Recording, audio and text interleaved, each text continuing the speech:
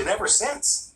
Luckily for Captain Hook, the crocodile had also swallowed a clock, so whenever the captain heard a tick-tock sound, he knew he had to run. As soon as Peter and the Darlings landed on Neverland, they couldn't wait to explore. Peter told Wendy he'd take her to Mermaid Lagoon, so John and Michael went with a group of Peter's friends, the Lost Boys, to find some Indians.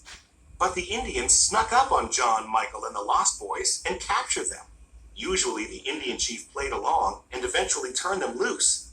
But this time his daughter Tiger Lily had been kidnapped. He thought Peter Pan and his friends were the culprits. Meanwhile, Peter and Wendy were visiting Mermaid Lagoon when they saw Captain Hook and Smee with Tiger Lily. They had kidnapped her. Peter and Wendy followed them to Skull Rock so they could rescue the Indian princess. "Tell me the hiding place of Peter Pan," Hook said. "You'd better talk, my dear, for soon the tide will be in." But Tiger Lily was good friends with Peter Pan and refused to tell Hook where to find him. "Watch this, Wendy," Peter said. He flew down and challenged Captain Hook to a sword fight. Hook fought Peter to the very edge of a cliff, and as Peter backed away, he was fighting in midair. Captain Hook followed Peter off the edge, but he couldn't fly. Hook quickly grabbed onto the cliffside with his hook. Then he heard a familiar sound.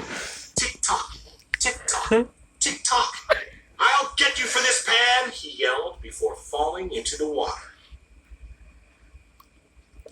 Smee rushed to save the captain, while Peter and Wendy quickly swooped down and saved Tiger Lily. The Indian chief was so happy to see his daughter again that he freed John, Michael, and the Lost Boys.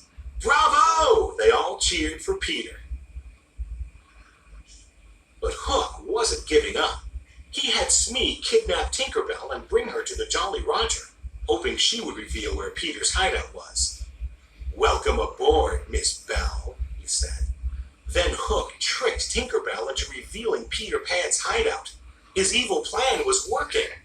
He laughed wickedly as he locked Tink inside a lantern. Meanwhile, at Peter Pan's hideout, Wendy told stories to all of the boys. But she was starting to miss her parents back in London. She told the boys how great it was to have a mother.